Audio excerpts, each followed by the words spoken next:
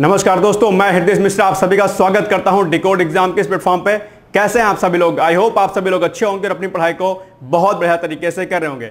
देखिए, एक जो है करंट का टॉपिक इस समय है जो कि चर्चा में बहुत है, और इस टॉपिक का जो संबंध है वो आपके यूपी पीसीएस का जो मेंस का सिलेबस है, इसमें जो पेपर थर्ड है अर्थात जो एनवायरनमेंट का सेक्शन है, उससे ये आप इसको कोरिलेट कर सकते हैं। साथ ही साथ में जो आपका प्री का सिलेबस है, उस प्री के सिलेबस में जो एनवायरनमेंट का सेक्शन, साथ ही साथ में जो आपका ज्योग्राफी का सेक्शन है, वहां से आप इसको कोरिलेट कर सकते हैं। तो टॉपिक अपने आप में इंपॉर्टेंट है, और जो स्थिति बनी हुई है उस स्थिति के अनुसार ये आपका टॉपिक आपके एग्जाम के लिए बहुत ही महत्वपूर्ण है। तो जैसा कि आप लोग थंबनेल में देख पा रहे होंगे कि हमें आज क्या क्या देखना है, दरअसल कि सबसे पहले हमें देखना है कि क्या है हीट वेव, यानी कि हीट वेव क्या होता है। ठीक है, इसके अलावा हम लोग देखेंगे कि और क्या और प्रचंड गर्मी अभी बढ़ने वाली है, क्या आपको लगता है इसके क्या कुछ कारण हो सकते हैं।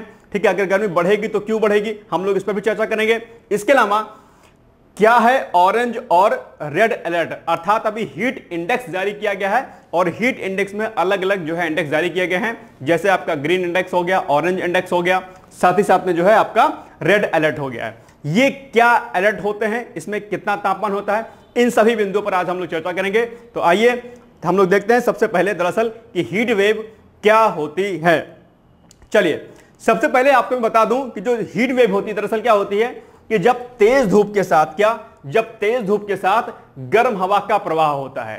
ठीक है, आपको पता होगा कि इसमें टेंपरेचर क्या है, बहुत ज्यादा इंक्रीज हो गया है, यानी कि तापमान दरअसल बहुत ज्यादा बढ़ गया है। और तापमान जब बढ़ गया है तो क्या हो रहा है, जो हवा चल रही है अर्थात जो पवन का जो प्रवाह हो रहा है, हवा का जो प्रवाह हो रहा है, वो क्या हो रहा है, गर्म हो रहा है, जिसको हम लोग कॉमन लैंग्वेज में क्या बोलते हैं, लू बोलते हैं, अर्थात इसको हम लोग हीट वेव कहते हैं। गर्म हवा का प्रवाह हो रहा है, और ये अपने आप में दरअसल क्या है, बहुत ही हानिकारक है।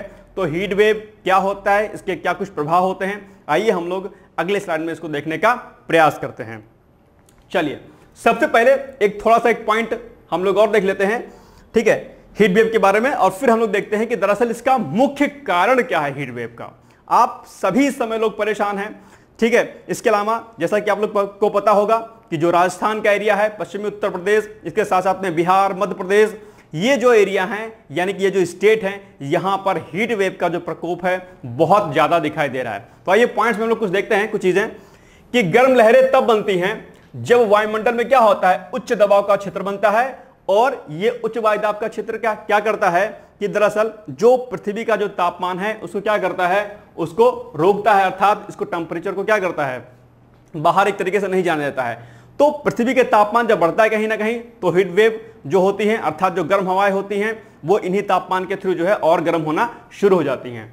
इसके अलावा अगर हम लोग इसके कारण की बात करते हैं कि दरअसल हीट वेव का रीजन क्या है, ये अपने एक बहुत संकट वाली बात है कि हम लोग कारण कुछ कुछ जानते हैं, कुछ कुछ नहीं जानते हैं, जानते हुए भी हम लोग उन बिंदुओं पर काम नहीं करते हैं जिससे इस प्रकार के संकट से उबरा जा सके। ठीक है, सबसे बड़ा जो कारण हीट वेव का है वो दरअसल दो होता है। एक बड़ा कारण इसका क्या है, आपका ग्लोबल वार्मिंग का, और दूसरा सबसे बड़ा जो कारण है उसका वो है जलवायु परिवर्तन का, अर्थात क्लाइमेट चेंज का।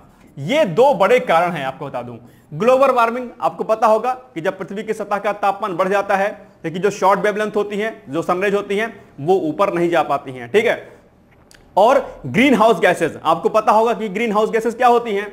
ग्रीन हाउस गैसेस के अंतर्गत क्या आता है, आपका CO2 आता है, आपका CS4 होता है, और बाकी अलग वाटर वेपर्स यानी कि जलवाष्प वगैरह होती हैं। तो ये क्या करती हैं, ये वायुमंडल में होती हैं। ठीक है, ये आपका एयर सरफेस हो गया, इसको फॉर एग्जांपल समझिए कि ये हो गया आपका क्या, एयर सरफेस, यहां पर आपका सनरेज है, यहां पर वेव्स आ रही हैं, और यहां पर आपकी CO2 एंड CS4 जो कि आपकी ग्रीन हाउस गैसेस होती हैं, वो क्या होती हैं, यहां पर प्रेजेंट होती हैं। CS4 हो गया यहां पर। ठीक है, तो शॉर्ट वेवलेंथ यहां पर गई, और ये इन्होंने क्या किया, इन गैसेस ने क्या किया, इसको एब्जॉर्ब किया, दोबारा से फिर से यहां पर आ गई, तो ये तापमान क्या होगा यहां का, जो है गर्म रहेगा ऑटोमेटिक। और ग्लोबल वार्मिंग का जो सबसे बड़ा कारण है वो कहीं ना कहीं इंडस्ट्रियलाइजेशन है, अर्थात औद्योगिकीकरण है, और बढ़ती हुई जनसंख्या जो है इसका सबसे बड़ा कारण है। हालांकि ग्लोबल वार्मिंग दरअसल क्या होता है, मानव गतिविधियों और प्राकृतिक गतिविधियों दोनों के माध्यम से होता है। तो ग्लोबल वार्मिंग से क्या हो रहा है, तापमान ऑलरेडी बढ़ा हुआ है, अपने आप में तापमान क्या है, और जब ऑलरेडी तापमान क्या है, बढ़ा हुआ है, तो निश्चित तौर पर जो वायुमंडल में जो हवाएं हैं, जो पवनें हैं, वो क्या होंगी, निश्चित तौर पर वो गर्म ही होंगी। ठीक, एक बड़ा कारण। दूसरा, क्लाइमेट चेंज, जलवायु परिवर्तन अपने आप में क्या है, बहुत बड़ा कारण है। जलवायु परिवर्तन के कारण क्या हो रहा है, जो सबसे बड़ा जो जलवायु परिवर्तन का जो प्रॉब्लम हो रही है, इससे क्या हो रही है कि जो मौसमी दशाएं हैं, ठीक है, वो क्या हो रही है, बदल रही हैं, और जो मानसून है, ठीक, क्या जो आपका मानसून है वो समय पर नहीं आ रहा है। ये अपने आप में क्या है, बहुत चिंताजनक बात है। ठीक है, मानसून का सही समय पर ना आना गर्मी को क्या करता है, बढ़ाता है, अर्थात तापमान को बढ़ाता है, और इससे क्या होता है, हीट वेव जो है अपने आप में बढ़ता हुआ चला जाता है। तो क्लाइमेट चेंज अपने आप में एक बड़ा कारण है। क्लाइमेट चेंज के कारणों की बात करते हैं तो कई इसके मुख्य कारण होते हैं। ठीक है, तो ये चीजें होंगी। दूसरा, शहरीकरण, यानी कि जिसको हम लोग क्या कहते हैं, अर्बनाइजेशन बोलते हैं। अर्बनाइजेशन के माध्यम से क्या हो रहा है कि लोग जो है क्या कर रहे हैं, वृक्षों को काट रहे हैं, बड़े बड़े जंगल को काटा जा रहा है। तो क्या होता है कि जो प्लांट्स होते हैं क्या होते हैं, जैसे कि शहरीकरण के कारण क्या होगी, पेड़ों की कटाई होगी। शहरीकरण के कारण क्या होगा, इंडस्ट्रियलाइजेशन होगा, अर्थात औद्योगिकरण होगा। शहरीकरण जब होगा तो विभिन्न प्रकार के जो इलेक्ट्रॉनिक उपकरण होते हैं, जैसे कि एसी हो गया, फ्रिज हो गया, ये सब क्या होते हैं, इनसे सीएफसी, जिसको हम लोग क्लोरोफ्लोरोकार्बन कहते हैं, इनसे क्या होगा, सीएफसी निकलेगा। क्या निकलेगा, सीएफसी निकलेगा। और सीएफसी अपने आप में क्या है, ग्लोबल वार्मिंग गैस है। ठीक है, तो इन प्रकार की चीजों से जब शहरीकरण होगा तो ये जो गैसेस हमारे ग्रीन हाउस गैसेस हैं, उनकी मात्रा बढ़ेगी और फिर तापमान क्या होगा, और इंक्रीज होगा। ठीक है, तो शहरीकरण एक बहुत बड़ा कारण है। शहरीकरण होगा तो वहां पर क्या होगा, कई सारी चीजें होंगी। फॉर एग्जाम्पल, आप इसको थोड़ा सा समझने का प्रयास करिएगा। जैसे कि अगर शहरीकरण होता है, देखिए किस प्रकार से चीजें जो है होती हैं। शहरीकरण अगर होगा, अगर शहरीकरण होगा तो क्या होगा, तो फिर आपका क्या होगा, औद्योगिकरण होगा, अर्थात इंडस्ट्रियलाइजेशन होगा। ठीक है, ठीक, इंडस्ट्रियलाइजेशन होगा। दूसरा क्या होगा, इसके अलावा जो आपके एसी होंगे, ठीक है, यानी कि प्लस इसके अलावा जो रेफ्रिजरेटर होंगे आपके, वो सब बढ़ेंगे। इससे क्या होगा, सीएफसी निकलेगा। इंडस्ट्रियलाइजेशन से क्या होगा, कार्बन की मात्रा क्या होगी, बढ़ेगी, इंक्रीज होगी। इसके अलावा क्या होगा, आवास के लिए क्या होगा, डिफॉरेस्टेशन होगा। क्या होगा, डिफॉरेस्टेशन होगा, अर्थात पेड़ों की कटाई होगी। और जब पेड़ों की कटाई होती है कहीं ना कहीं, तो क्या होगा कि जो प्लांट्स होते हैं वो कार्बन सिंक का काम करते हैं, अर्थात जो है कार्बन को क्या करते हैं, एब्जॉर्ब करते हैं, और वहां पर जो चीजों को मेंटेन करके चलते हैं। अभी हाल ही में आप लोगों ने सुना होगा कि जो मैंग्रोव फॉरेस्ट हैं उनकी संख्या धीरे धीरे कम हो रही है, और मैंग्रोव जो फॉरेस्ट होते हैं वो अपने आप में बहुत बड़े कार्बन सिंक के रूप में कार्य कर रहे हैं। तो जब पेड़ कटेंगे अर्थात डिफॉरेस्टेशन होगा तो क्या होगा, चीजें बढ़ेंगी, तापमान क्या ऑलरेडी इंक्रीज होगा, और हीट वेव इन सब का क्या है, एक सम्मिलित रूप है। क्लाइमेट चेंज का, ग्लोबल वार्मिंग का, इसके अर्बनाइजेशन का, इंडस्ट्रियलाइजेशन का और डिफॉरेस्टेशन का। ओके, तो ये कुछ कारण इसके होते हैं। तो ये सब एक दूसरे से क्या होते हैं, कोरिलेट होते हैं। इसके अलावा जब शहरीकरण होगा तो क्या होगा, फिर जो है ऑटोमोबाइल्स की संख्या बढ़ेगी। ठीक है, मोटर वाहन से अलग अलग प्रकार की गैसेस निकलती हैं जो कि प्रदूषण कॉज करती हैं, और फिर वो क्या होगा, वो भी क्लाइमेट चेंज का कारण बनेगा। तो सब चीजें क्या हैं, अपने आप में कोरिलेट करती हैं, जिससे तापमान क्या हो रहा है, इंक्रीज हो रहा है, और इंक्रीज होने से जो हीट वेव है वो क्या हो रही है, धीरे धीरे करके बढ़ रही है। चलिए आगे हम लोग देखते हैं थोड़ा सा। तो ये हो गए इसके प्रमुख कारण। ठीक है, अब हम लोग आगे बढ़ते हैं थोड़ा सा। नेक्स्ट है प्रभाव। हीट वेव का प्रभाव क्या होगा, इंपैक्ट क्या होगा। इंपैक्ट सबसे पहले क्या होगा, सीधे हमारे स्वास्थ्य पर इसका इंपैक्ट पड़ता है। आपको पता होगा कि अभी जो डेटा भी आ रहे हैं इस समय न्यूज़पेपर में, राजस्थान में कई लोग जो है इससे एक्सपायर हो गए हैं। आपके पश्चिमी उत्तर प्रदेश में से काफी लोग बीमार हो गए हैं। अस्पतालों में क्या हो रहे, मरीजों की संख्या बढ़ रही है। तो स्वास्थ्य पर इसका क्या हो रहा है, बहुत प्रभाव पड़ा है, और स्किन वगैरह पर भी इसका क्या कहते हैं, बहुत ही निगेटिव इंपैक्ट पड़ता है। ठीक है, तो स्वास्थ्य पर एक व्यापक प्रभाव पड़ता है। प्लस कृषि पर प्रभाव क्या पड़ा है कि पानी की आवश्यकता बहुत ज्यादा पड़ी है। आप कितना भी सिंचाई कर दे रहे हो, बावजूद इसके पौधे सूख जा रहे हैं। और जब कृषि में जब पानी की आवश्यकता होती है कहीं ना कहीं, तो क्या होगा, इससे जो है जो किसान होंगे उनकी जो लागत होगी कृषि में वो भी बढ़ेगी। और ये अपने आप में क्या होगा, एक चिंताजनक वाली बात होती है कि किसान जितनी पैदावार करता है, जितना उसकी आमदनी होती है, उससे कहीं ज्यादा वो अब जो है उसको क्या कहते हैं, लागत उसकी लग जाती है। ठीक है। इसके अलावा जल संकट होगा। कृषि में अगर पानी की आवश्यकता होगी तो सिंपल सी बात है जल संकट बढ़ेगा अपने आप में, क्योंकि ग्राउंड वाटर लेवल क्या होगा, डाउन होगा। और सिंपल सी बात है कि जब हीट वेव बढ़ेगी तो लोग जो क्या पानी की आवश्यकता भी बढ़ेगी। शहरों में पानी की आवश्यकता बढ़ जाती है। कई बार क्या होता है कि चीजें वहां पर बहुत दिक्कत करती हैं। दिल्ली जैसे शहरों में इस समय पानी का संकट, राजस्थान जैसे शहरों में पानी का संकट एक व्यापक स्तर पर देखा जा सकता है। इसके अलावा ऊर्जा संकट, ये अपने आप में जो है क्या हो रहा है, बहुत बड़ी दिक्कत हो रही है। इस समय आप लोग देख पा रहे होंगे कि बिजली का संकट बहुत व्यापक हो गया है। अलग अलग शहरों में, बड़े बड़े शहरों में जहां पर बिजली बहुत अच्छी होती है, बावजूद इसके वहां पर लाइट ट्रिपिंग हो रही है और जो है लाइट बार बार कट जा रही है और ऊर्जा की खपत इतनी ज्यादा बढ़ गई है कि जो है दिक्कत वाली बात यहां पर हो गई है। तो यह भी अपने आप में क्या एक संकट वाली बात है। ओवरऑल अगर आप देखेंगे तो कहीं ना कहीं हीट वेव से व्यापक स्तर पर नुकसान होता है और इससे अर्थव्यवस्था पर जो है काफी नुकसान होता है। यह पॉइंट भी आपको क्या करना है, ध्यान देना है। तो हीट वेव के बहुत सारे नुकसान है, शॉर्ट फॉर्म में हमने इसको बताने की कोशिश की है आपको कि क्या इसका नुकसान हो सकता है। ठीक है। इसके अलावा अब अगर हम लोग इसके हीट वेव के बचाव की बात करें कि इससे हम लोग कैसे बच सकते हैं, क्या इसके उपाय हैं, तो सबसे अच्छा उपाय है आपकी पानी यानी कि जो वाटर है, पानी खूब पिएं।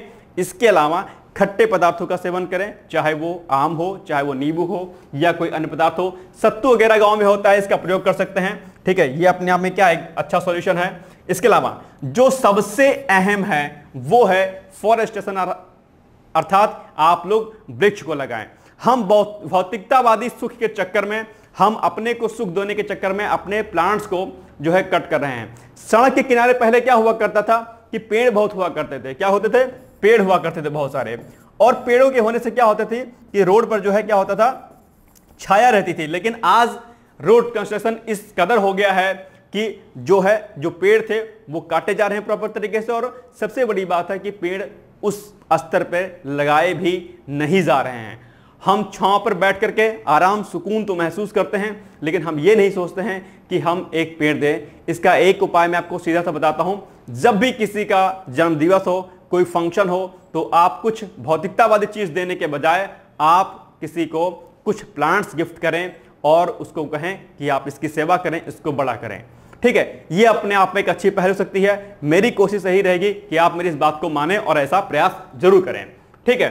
दूसरा, भौतिकतावादी सुख से बचें। यह एक बहुत बड़ा कारण है। हम अपनी सुविधा के चक्कर में हम इतने ज्यादा जो है निर्दयी प्रवृत्ति के हो गए हैं कि हम अपने एनवायरनमेंट का जो है ध्यान नहीं दे पा रहे हैं और अंधाधुंध पेड़ों की कटाई करते हुए चले जा रहे हैं। एसी, कूलर और रेफ्रिजरेटर की संख्या बढ़ती चली जा रही है। हम जो रियलिस्टिक जो चीजें होती हैं जिससे हमारे स्वास्थ्य पर जो है कोई बुरा प्रभाव नहीं पड़ता है, हम उन चीजों से दूर होकर के हम जो कुछ ऐसी चीजें कर रहे हैं जिससे हमारे स्वास्थ्य पर प्रभाव पड़ता है, और उससे क्या हो रहा है, उनसे चूंकि कार्बन का ऑक्सीडेशन होता है, सीएफसी निकलती है और वो अपने आप में जो है क्लाइमेट चेंज, ग्लोबल वार्मिंग का कारण बनती है, और इससे जो है क्या होगा, तापमान बढ़ता है और तापमान बढ़ने से क्या होगा, हीट वेव बढ़ जाती है। तो ये सब चीजें आपको ध्यान देनी है कि ये सब चीजें करनी है। सबसे बड़ा काम आपको ये करना है, वृक्षारोपण करना है। इसको आप लोग जरा ध्यान से समझने का प्रयास करिएगा। अब बात हम लोग करते हैं कि क्या अभी हाल के दिनों में गर्मी और बढ़ेगी, ये एक अपने आप में क्वेश्चन मार्क है। तो ध्यान रखिएगा कि अगर, हालांकि इस बार जो डेटा आ रहे हैं सामने वो कहा जा रहा है कि जून के फर्स्ट वीक तक हीट वेव थोड़ा सा कम होगी, क्योंकि मानसून भी आ रहा है धीरे धीरे करके, तो मात्रा तो कम होगी। लेकिन अगर ये चीज लगातार रही इस तरीके से, जिस तरीके से भौतिकतावादी जो विकास हो रहा है, अगर हमने कार्बन एक्सक्रीशन को पर रोक नहीं लगाई, ठीक है, जो कि हमारा लक्ष्य भी है। पेरिस समिट आप लोगों ने सुना होगा कि पेरिस समिट में कार्बन को हम लोगों ने कम करने की बात कही है। ठीक है, अलग अलग वैश्विक स्तर पर लोगों ने कार्बन को कम करने की बात कही है, लेकिन उस व्यापकता के साथ, उस बड़ी सोच के साथ अभी इस पर काम नहीं हो रहा है। मुझे लगता है कि इस पर काम जो है करना चाहिए और हमें अपने स्तर पर वृक्षारोपण जैसे कार्यक्रम में पार्टिसिपेट करना चाहिए और वृक्षारोपण ज्यादा ज्यादा करना चाहिए। अन्यथा आने वाली जो पीढ़ी होगी, आने वाले जो वर्ष होंगे, वो बहुत ज्यादा भयावह स्थिति वाले होंगे। ध्यान रखिएगा। ओके, तो ये हो गए कुछ इसके उपाय वगैरह। ठीक है, अब हम लोग बात करते हैं इंडेक्स। अभी क्या हुआ है कि भारतीय मौसम विज्ञान संगठन है, उसने क्या किया है, इस बढ़ती हुई तापमान को, हीट वेव को देखते हुए इंडेक्स जारी किया है। और अभी आप लोगों ने न्यूज़पेपर में पढ़ा होगा कि जो है सरकार ने क्या किया है, मौसम विज्ञान ने क्या, विभाग ने क्या किया है, रेड अलर्ट जारी किया है। अभी ऑरेंज अलर्ट जारी किया गया है कहां कहां पर, आपके पश्चिमी उत्तर प्रदेश में, राजस्थान जैसे एरिया में, ठीक है, और कई अन्य स्टेट में। तो ये हीट इंडेक्स क्या होते हैं? हीट इंडेक्स के माध्यम से बताया जाता है कि जो अलर्ट होते हैं, ठीक है, उसमें तापमान क्या क्या होता है। फॉर एग्जांपल पहला हमारा अलर्ट क्या है? हरा, यानी कि ग्रीन अलर्ट। इसमें क्या होता है? जो तापमान होता है 35 डिग्री सेल्सियस से कम हो तापमान, यानी कि जब 35 डिग्री बिलो होगा टेम्परेचर, तो उसको हम लोग कहेंगे ग्रीन अलर्ट अर्थात हरा अलर्ट।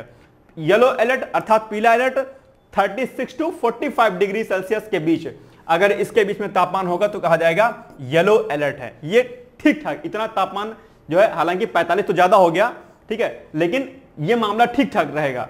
नारंगी अर्थात ऑरेंज अलर्ट 46 टू 55, अधिकतर जगहों पर अभी ऑरेंज अलर्ट जारी किया गया है, यानी कि अधिकतर स्थानों पर यह वाला टेंपरेचर जो है चल रहा है। अभी दिल्ली में भी 50 डिग्री सेल्सियस तापमान पहुंच गया था, जो कि अपने आप में जो है बहुत चिंताजनक वाली बात है। इसके अलावा जो रेड अलर्ट होता है आपका, यानी कि लाल जो अलर्ट होता है, वो 55 डिग्री सेल्सियस से अधिक क्या होता है, ये अपने आप में क्या है, बहुत ही भयावह स्थिति है।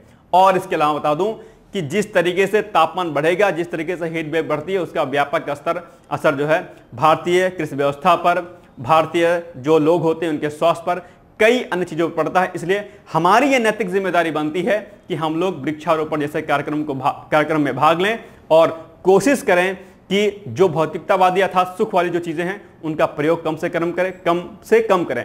मैं ये नहीं कह रहा हूं कि हम उसका प्रयोग ना करें, लेकिन जहां तक संभव हो सके कम से कम प्रयोग करने की कोशिश करें। ओके, अब हम लोग आते हैं थोड़ा सा प्रश्नों पर कि अगर संभावित प्रश्न बनेगा इससे तो क्या बनेगा। सबसे पहला प्रश्न आपसे बन सकता है कि बताइए हीट इंडेक्स के अंतर्गत नारंगी जो अलर्ट होता है अर्थात जो ऑरेंज अलर्ट होता है, उसमें तापमान का मानक जो है वो क्या होता है। इसका उत्तर दरअसल आप लोग को कमेंट बॉक्स में जाकर के देना है, और आपके ऑप्शन है ऑप्शन नंबर ए 46 से 55 डिग्री सेल्सियस के बीच ऑरेंज अलर्ट होता है, या फिर 36 से 45 डिग्री, या फिर 35 डिग्री से नीचे, या फिर 55 डिग्री से ऊपर। ये आपके ऑप्शंस है। मुझे पूरी उम्मीद है कि आप इसका उत्तर जरूर देंगे, और इसका उत्तर आज के ही वीडियो में क्या है, छिपा हुआ है। ठीक है, अब हम बात करते हैं कि अगर इस टॉपिक से आपके मुख्य परीक्षा में अर्थात यूपीएससी या यूपीपीसीएस या फिर किसी अन्य राज्य सिविल सेवा परीक्षा में अगर मुख्य परीक्षा में प्रश्न आएगा तो किस प्रकार से आएगा, आइए हम लोग देख लेते हैं। तो प्रश्न क्या बनेगा आपसे कि हीट वेव क्या है, वर्तमान समय में बढ़ते हुए हीट वेव के प्रमुख कारणों का उल्लेख करते हुए हीट इंडेक्स को समझाइए। यह प्रश्न जो है आपकी मुख्य परीक्षा में बन सकता है। और एक बात ध्यान रखिएगा कि इस बार मुख्य परीक्षा आपकी पीसीएस की हो, यूपीएससी की हो, हीट वेव से प्रश्न बनना लगभग जो है तय है। ये बात आप लोग मान के चलिएगा, ठीक है।